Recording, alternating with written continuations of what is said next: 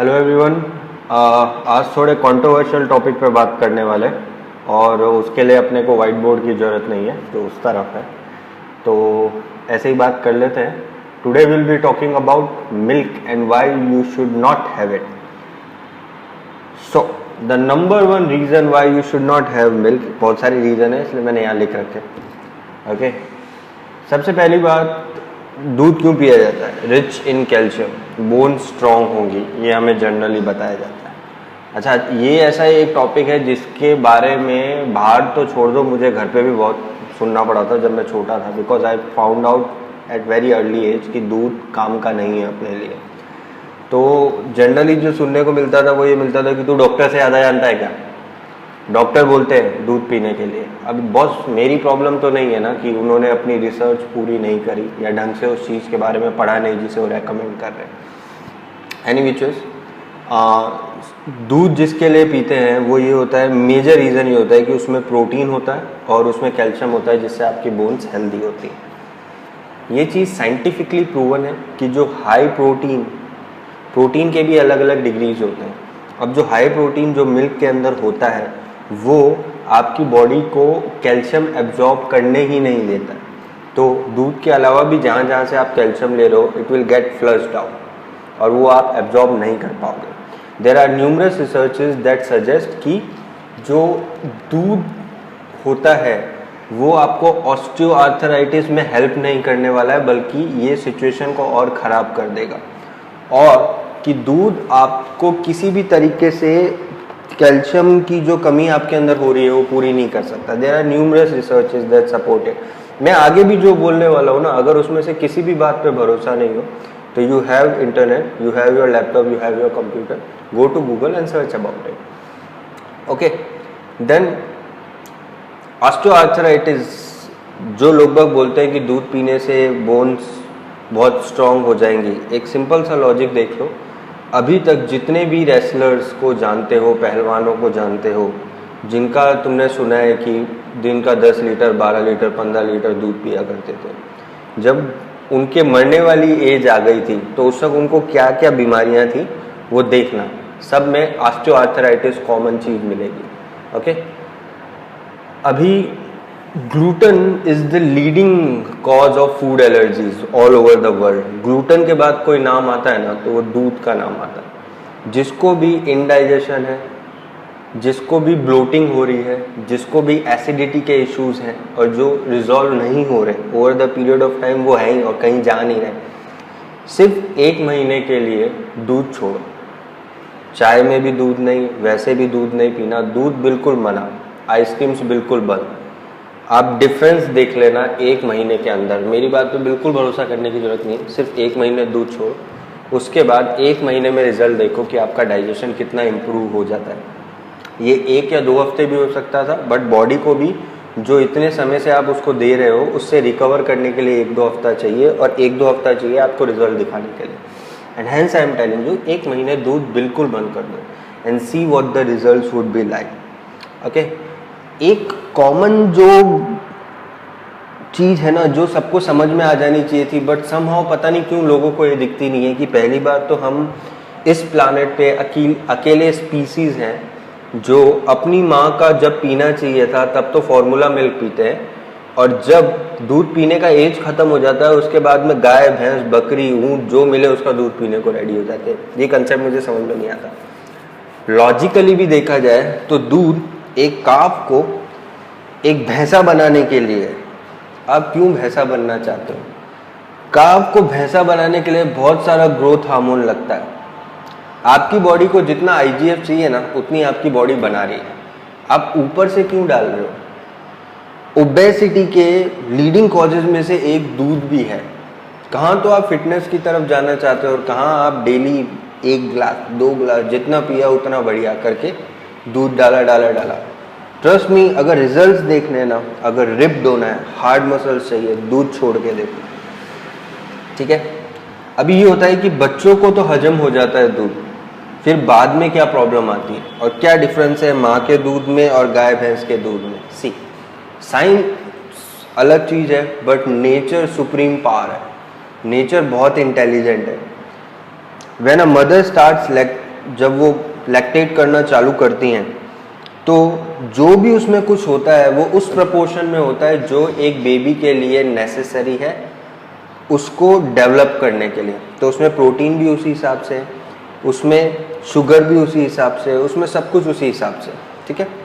वहीं पर जो गाय या भैंस या वॉटेवर, इंस्टिंक्ट्स भी उसी हिसाब से डेवलप करने के लिए उस दूध में है, हार्मोन्स भी उसी टाइप के हैं और शुगर भी उतना ही है और प्रोटीन भी उसी टाइप का है जो आपकी बॉडी के लिए नहीं बना है। Mother's milk is an absolute bliss, मतलब ये एलिक्सर है मदर्स मिल्क। तो बच्चा जब तक पी सकता है उसको पीने दो, बट उसके बाद ये फालतू की चीजें मत पिलाओ। अब बेबीज को क्या होता है, बाद में भी जब बच्चों को दूध देना चालू करते हैं, गाय का, भैंस का, किसी का भी, तो दूध में लैक्टोज होता है। लैक्टोज इटसेल्फ शुगर है। जब अपन बच्चे होते हैं तो छोटे होते हैं तो अपनी बॉडी में लैक्टेज होता है, एक एंजाइम जो कि लैक्टोज को आसानी से डाइजेस्ट कर लेता है। जैसे जैसे अपनी एज बढ़ती है लैक्टेज अपने अंदर कम हो जाता है। अब जब लैक्टेज कम हो गया तो लैक्टोज इंटॉलरेंस होनी चालू होती है, जो कि लीडिंग फूड एलर्जीज में से है all around the globe. Lactose itself sugar है, मतलब डायबिटीज टाइप 1 में बहुत अच्छा कंट्रीब्यूटर है आपका ये लैक्टोज, यानी कि टू सिंप्लीफाइड ये जो आपका दूध है।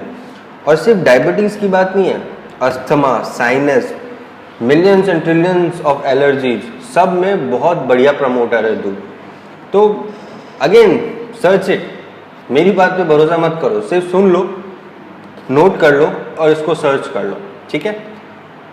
देन पहले कैसे होता था कि गाय ने दूध दिया या भैंस ने दूध दिया और वो आप तक पहुंच गया। अब क्या होता है कि अगर गाय 8 लीटर दूध दे रही है, 7 लीटर दूध दे रही है, तो they will do their best उसको 11, 12 और 13 लीटर करने के लिए। उसके लिए RBGS करके जेनेटिकली इंजीनियर्ड एक ग्रोथ हार्मोन है जो यूज किया जाता है। अब what this RBGS does is mastitis नाम की एक बीमारी कॉज करता है। अब वो जो मैस्टिटिस नाम की बीमारी है उससे बहुत सारा पस क्रिएट होता है इन काउज बॉडी और दैट बफलोज बॉडी। देन इस बीमारी को रिजॉल्व करने के लिए वो उसे एंटीबायोटिक्स देते हैं। लैक्टेशन का एक फॉर्मूला है जो उस फीमेल की बॉडी में जा रहा है ना, वो मिल्क के थ्रू बाहर आने वाला है। अब वो प्रोटीन है, कार्बोहाइड्रेट्स हैं, एंजाइम्स हैं, हार्मोन्स हैं, एंटीबायोटिक्स है, RBGS है, वो जो भी उसके पास जा रहा है वो आपके बच्चे तक भी पहुंच रहा है। एंड आई डोंट थिंक आप ये करना चाहोगे। अच्छा, बोलते हैं कि पेस्चराइज किया जाता है दूध को, बट मैस्टिटिस जो वायरस है ये पेस्चराइजेशन में नहीं खत्म होता है। एक और चीज़, अगर आपने दूध को अबव 100 डिग्री बॉईल किया और बॉईल करते ही फ्रीज कर दिया तो उसके अंदर की हर living enzyme you have killed it, ठीक है। जो एंजाइम थोड़े बहुत उसमें थे ना जो डाइजेशन में आपकी कहीं तक हेल्प कर सकते थे, अब वो भी नहीं है, तो आपको कौन बचाने वाला है आपके इंडाइजेशन को। तो ऑल दिस, इसके अलावा क्या होता है कि जब गाय और ज़्यादा दूध देना तो उसके लिए उसको जो फेमिनिन हार्मोन्स होते हैं वो बहुत अच्छी क्वांटिटी में दिए जाते हैं। अब किसी भी बॉडी बिल्डर का नाइटमेयर है कि उसका जो नेचुरल टेस्टोस्टेरोन है वो बूस्ट होने की जगह नीचे चले जाए। And trust me on this, दूध ये करता है, आपका टेस्टोस्टेरोन नीचे लेके आ जाता है। जब आपका टेस्टोस्टेरोन नीचे आता है तो आपको और 50 प्रॉब्लम्स होती हैं। डिप्रेशन होता है क्योंकि कर्टसॉइल मौका ढूंढ रहा है। कर्टसॉइल एक कैटाबॉलिक हार्मोन है जो आपकी बॉडी में है, वो मौका ढूंढ रहा है कि ये जो टेस्टोस्टेरोन मेरे को दबा के बैठा है ना, ये एक बार कैसे ही नीचे आ जाए। ये नीचे आया नहीं और मैं ऊपर गया। जैसे ही कर्टसॉइल ऊपर जाता है, it will cause depression, it will cause muscle breakdown. और हर वो अच्छी चीज़ जो आपका नेचुरल टेस्टोस्टेरोन कर रहा है, जैसे कि आपकी इम्यूनिटी को स्ट्रॉन्ग करना, आपको फोकस रखना, आपको कॉन्फिडेंस देना, आपको ओवरऑल होलिस्टिक वेलबींग की एक फीलिंग देना, ये सारी चीज़ों का जस्ट अपोजिट कर्टसॉइल है, ठीक है। तो having said all this, do your research, अपने डॉक्टर से पूछो कि क्या दूध फायदेमंद है या नुकसानदायक है। अगर वो बोलता है कि नुकसानदायक है, वेरी गुड, वेरीफाई करो, go to internet, search about it. अगर आपका डॉक्टर बोलता है कि नहीं नहीं बहुत फायदेमंद है दूध, तो पीना ही चाहिए, सारे लोग बकवास बोलते हैं, come to your home, verify it over internet, researches देखो जो अप्रूव्ड है, सर्टिफाइड है, उनको देख के कंक्लूजन्स निकालो और अपने डॉक्टर को फायर कर दो। Okay, so that will be all for today. It was a quick video. This was something I wanted to discuss with you people because ये बहुत बड़ा मिथ है अपने आप में, ये अपने आप में ना एक बहुत बड़ा स्कैम है कि पिलाओ पिलाओ दूध पिलाओ, जिस स्कैम के बेस पे बहुत बड़ी इंडस्ट्री एक नरिश कर रही है, नर्चर कर रही है। So all said and done, do your research, live a healthy life, stay fit. Bye for now and like, share, subscribe. Bye.